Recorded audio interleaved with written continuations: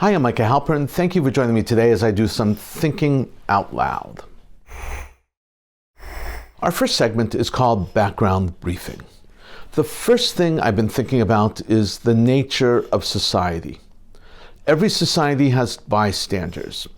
Bystanders, the bane of any healthy society. Bystanders, people who, while others are in need, remain on the sidelines. Bystanders, those who watch, often with apathy. Bystanders, those who do nothing to offer help. Almost always, those who are bystanders fear that if they were to get involved, something might happen to them. They fear that because of their involvement, they might even get sued or prosecuted or hurt. They fight the natural urge to help others in distress. It is that fear that explains why, for many years, doctors recused themselves from helping strangers and from saving lives when they were out of their offices and hospitals, when they were not robed in their white coats. That fear of springing into action was ultimately what brought about the initiation of the Good Samaritan laws in the United States. These laws protect doctors who help others in need by removing the fear of being sued for malpractice. Bystanders think of themselves and not of the overall good of society. Their inaction is contagious, and it poisons society. Often the society slowly converts from active, engaged participants into a society of bystanders. It has to do with complacency and concern only for themselves. It coincides with a weakening of national pride.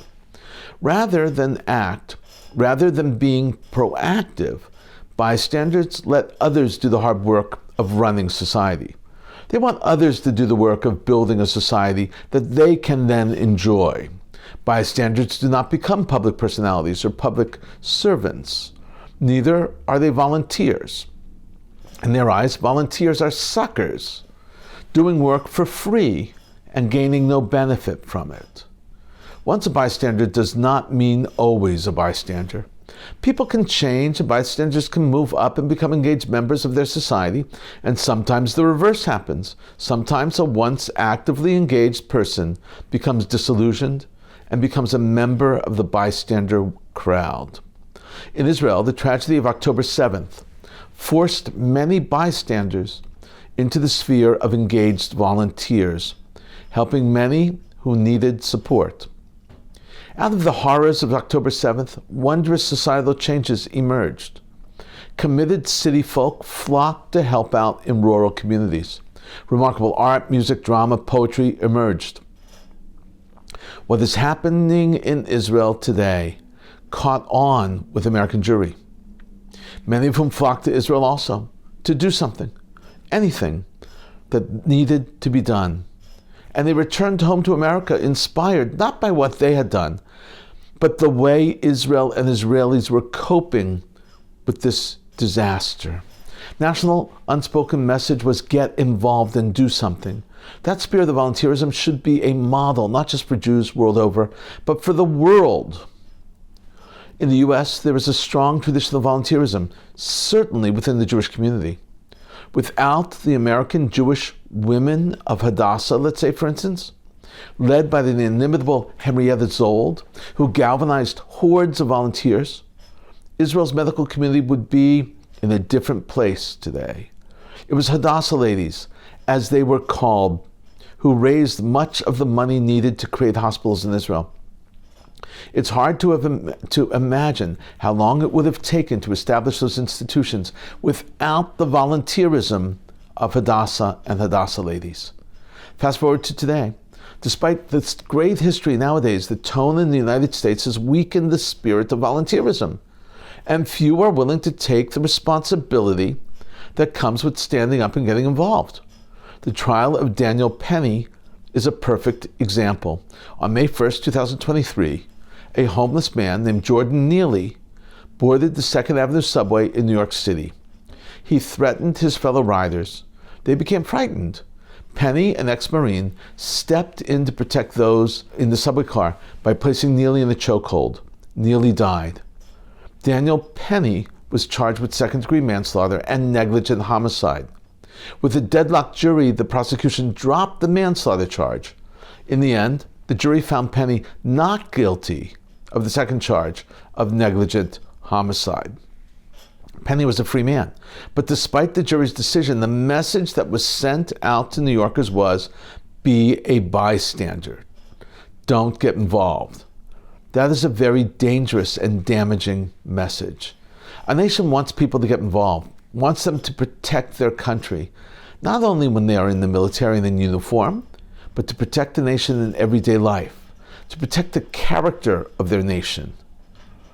In Nazi-occupied Europe, during the Holocaust, the citizens fell into three groups. One group, a relatively small group, collaborated with the Nazis. Another relatively small group rebelled and fought the Nazis. The vast majority of people, however, were simply bystanders. The masses were afraid to stand up against the Nazis. They knew that they could be killed, but not just them, also their families. They were scared, and they remained silent because they knew that the Nazis practiced collective punishment, holding others responsible for actions taken by others. During this awful period of history, most people stood by and watched.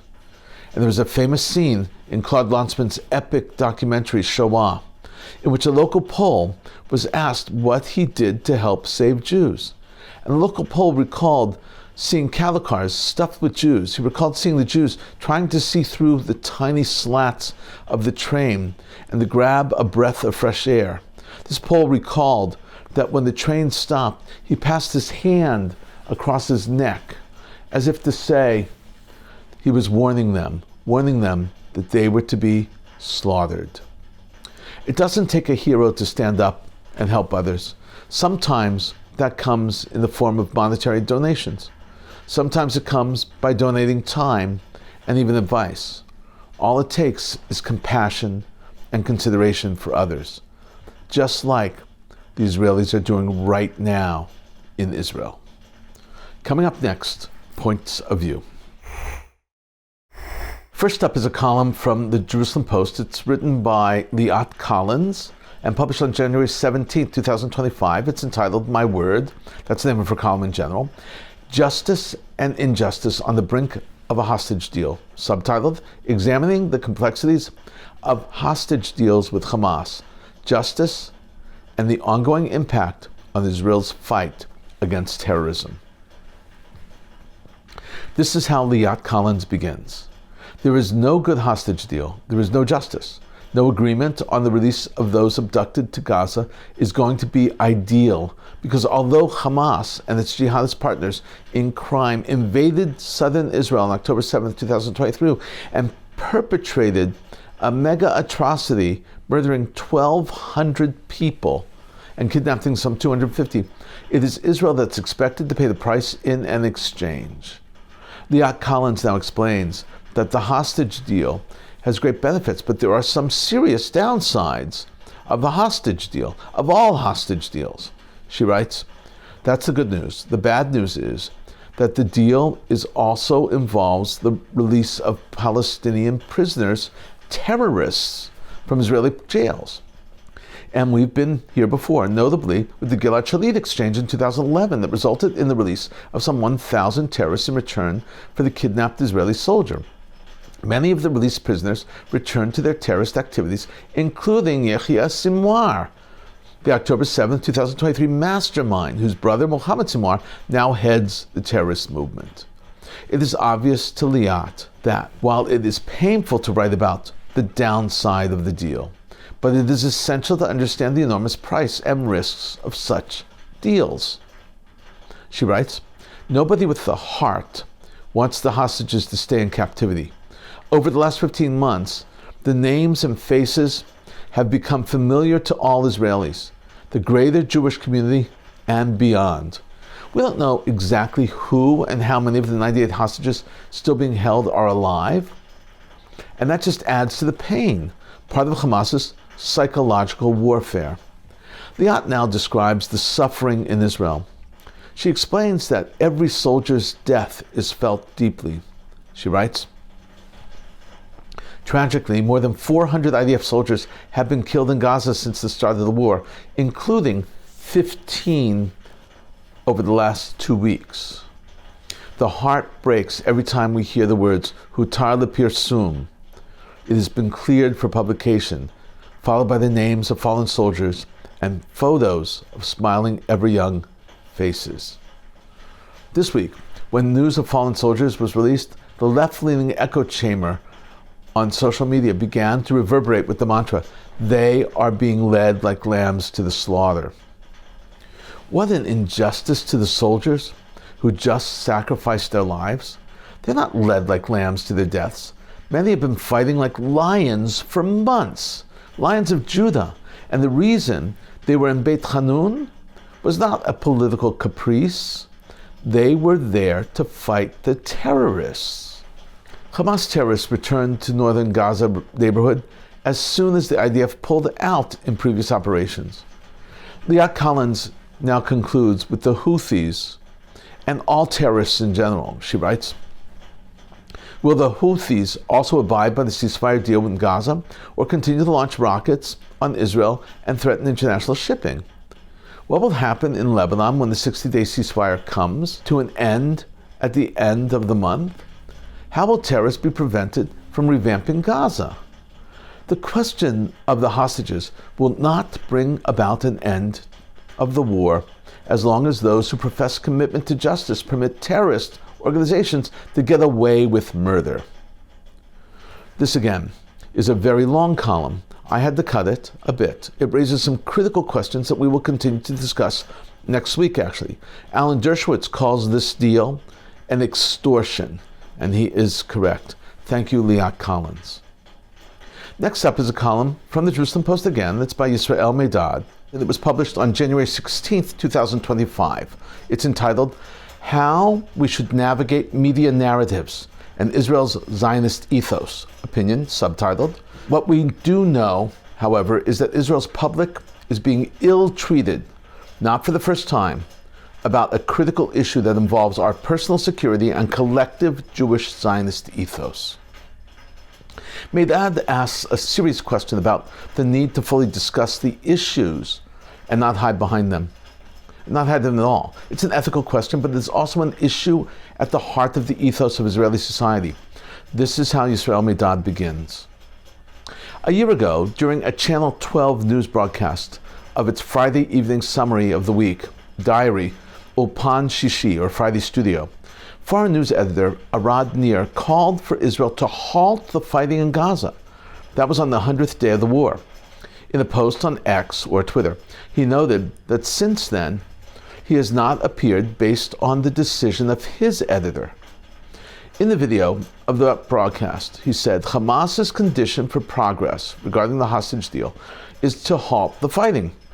So let's halt the fighting, because 100 days later, we can no longer endure the plight of 136 hostages. He added that if 136 coffins were to return to the state of Israel, would never recover.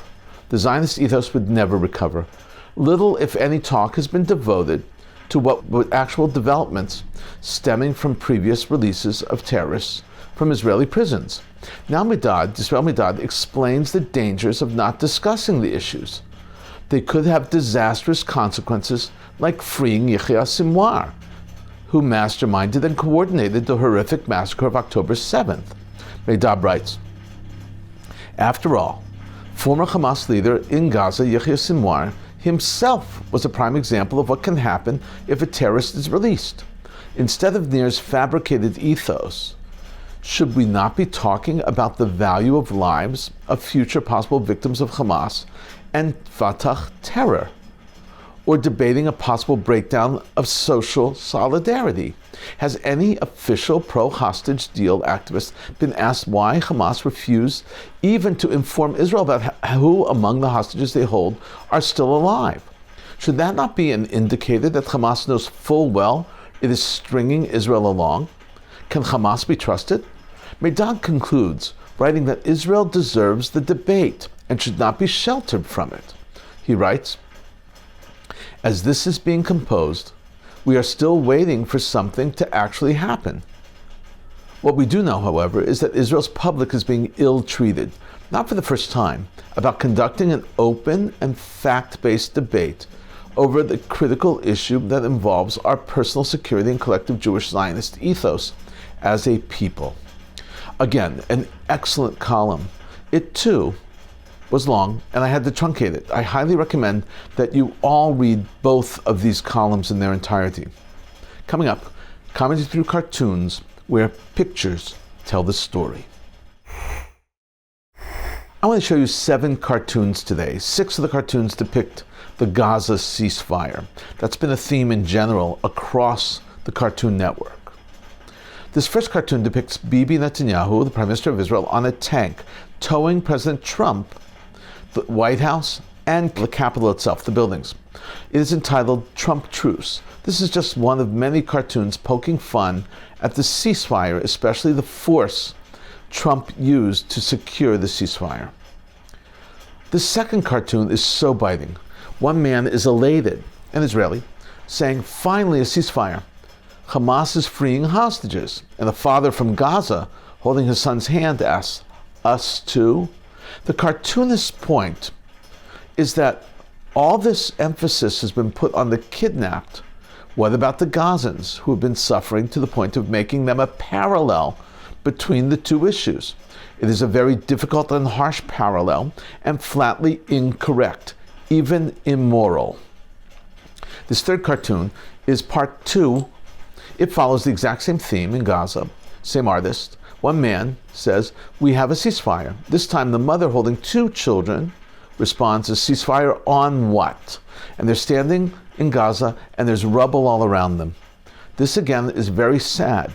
And the ceasefire is not worthy, it suggests, because it's too little too late. That's the theme, too little too late. This fourth cartoon depicts Bibi drinking the poison labeled ceasefire. And on his hat is like a cereal box and the Star of David and the wreath with the words "absolute victory" on it, which comes from Rome.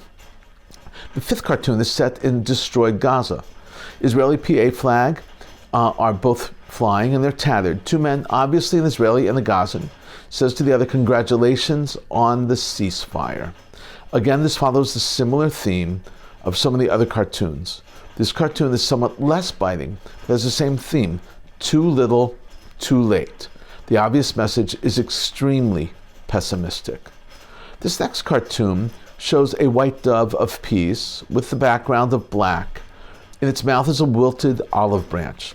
Yet below is destruction. It is total destruction portrayed in gray. If you did not know that it was Gaza, the cartoonist labels the gray destruction Gaza. Finally, the 7th cartoon pokes fun at Europe, and for that matter, the entire West, ignoring threats of violence from Muslims and punishing tiny violations of others. Muslim immigrants are shouting with guns, holding placards, and the placards read, "Cut their throats, behead them, massacre those who insult Islam, death." And the police at the same time pull over a car and ticket the driver, saying, "You strayed into a bus lane. Don't you know that's a very serious offense?" In a moment, more of my own perspective and a few predictions. The Choosing Life Forum, representing bereaved families from terror attacks in Israel, filed a petition to the High Court of Justice in Israel, opposing any release of Palestinian prisoners under the hostage deal, under any hostage deal with Hamas. The petition claims the deal tramples justice and demands respect for the bereaved families. It seeks to block the release of prisoners, or, if denied, to ensure advance notice and full transparency about the identities of those to be freed. This marks the first legal challenge against the hostage deal. Dozens of demonstrators gathered outside Ophir prison in Israel, where most of the convicted terrorists are housed. They're imprisoned there, to protest the release of Palestinian prisoners as part of the hostage deal. Some protesters attempted to rush towards the prison compound and were stopped by police. 2 individuals were arrested in the ensuing clashes. Authorities confirmed The release of the prisoners, which is part of the agreement to secure the freedom of hostages held in Gaza, has sparked sharp criticism and outcry in parts of Israeli society. We have to recognize that. And police are maintaining a heightened presence in the area to prevent further escalation, especially around Ophir prison. We'll talk much more about this next week. Houthi military spokesperson Yehia Sareh announced that his forces carried out 2 military operations targeting critical sites in the Israeli southern city of Eilat. He claimed that the first strike involved a ballistic missile, while the second one a cruise missile. Sareh claimed that both attacks were successful and reiterated the Houthi commitment to stand with the Palestinian resistance in Gaza and coordinate with it. For its part, the IDF reported that the Israeli Air Force intercepted a missile launched from Yemen, following alerts in Eilat and the Arava region. Trump's special envoy for the Middle East, Steve Witkoff, is considering a visit to Gaza, staying in the area to help maintain the ceasefire agreement, according to a report on NBC News. The source said the Trump envoy intends to be present in the area during the next few weeks and months to help solve any problem that might arise, which could put the agreement and the release of hostages at risk. On CBS's Face the Nation, Donald Trump's incoming advisor, National Security Advisor Mike Waltz, said that if Hamas reneges on Gaza's ceasefire for hostages deal, the United States will support Israel in doing what it has to do. That's a quote. What it has to do. He added, Hamas will never govern Gaza. That is completely unacceptable. Syria's new defense minister said that it would not be right for US-backed Kurdish fighters based in the country's northeast to retain their own bloc within the broader integrated Syrian armed forces. Speaking to Reuters at the defense ministry in Damascus, Maruf Abu Kasra said the head of the Kurdish fighters, known as the Syrian Democratic Force, was procrastinating in its handling of this complex issue. Syria's foreign minister said that he was looking forward to the return of Syria to the Arab League as the country's new rulers seek a place in regional political landscape. Assad Hassan al-Shibani made his statements during a joint press conference in Damascus with the Arab League Assistant Secretary General Hossam Zaki, who said the Arab League was working with member states to activate Syria's participation. When the 3 Israeli hostages were released, El Al Airlines, the national airline of Israel, announced it almost immediately aboard all of their planes. Upon hearing the news, passengers and crew erupted in applause. We've been thinking out loud about a lot today. Now that you know what I've been thinking, let me know what you're thinking. Email me at micah@jbstv.org. Tweet me at Micah Halpern. Tell me what you think. Before we end, let me leave you with one piquante piece of information. This short clip is only 1 minute and 46 seconds.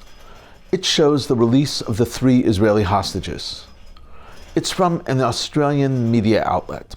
I want you to pay careful attention to the excitement, the elation, the adulation, the celebration of Hamas, by Hamas, and everyone around in Gaza as they are transferring the kidnapped Israelis to the Red Cross. Also, pay close attention to the gift bags that Hamas gave the kidnapped Israelis after they were seated in the Red Cross car. Let's watch the video.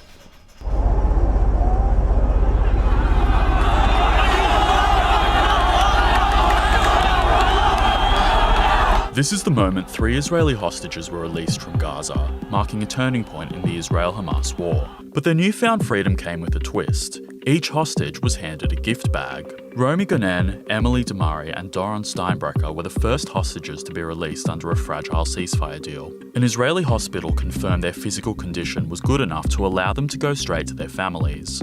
Benjamin Netanyahu called their reunion exciting, saying the women had been through hell.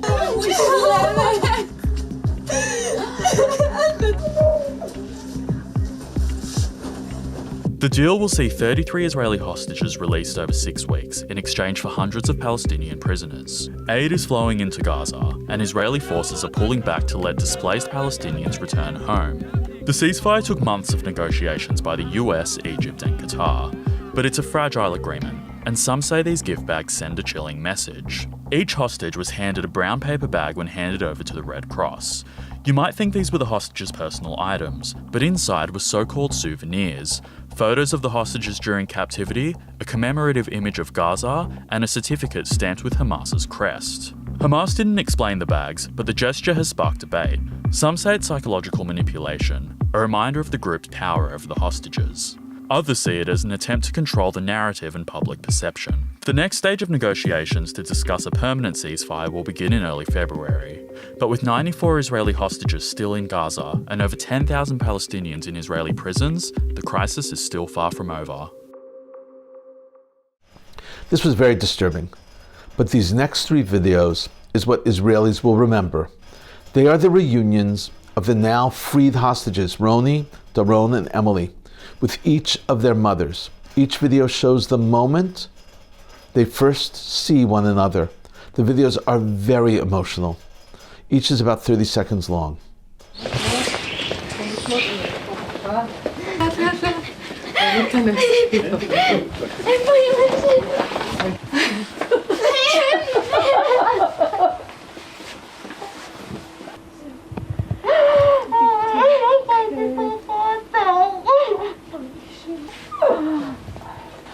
ראית לה?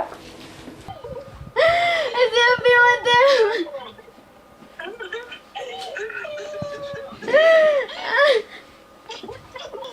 אבא, חזרתי בחיים, אבא, חזרתי בחיים! ממש אפשר לחבק! אוי, אבא שלי! אבא שלי! את איתי, אני שומרת אותך! אני פה, אני פה. כולם בסדר?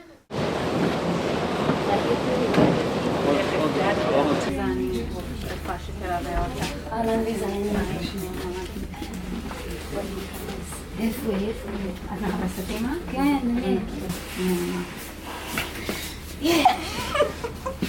אוי, רק בשבילך שרדתי חיים.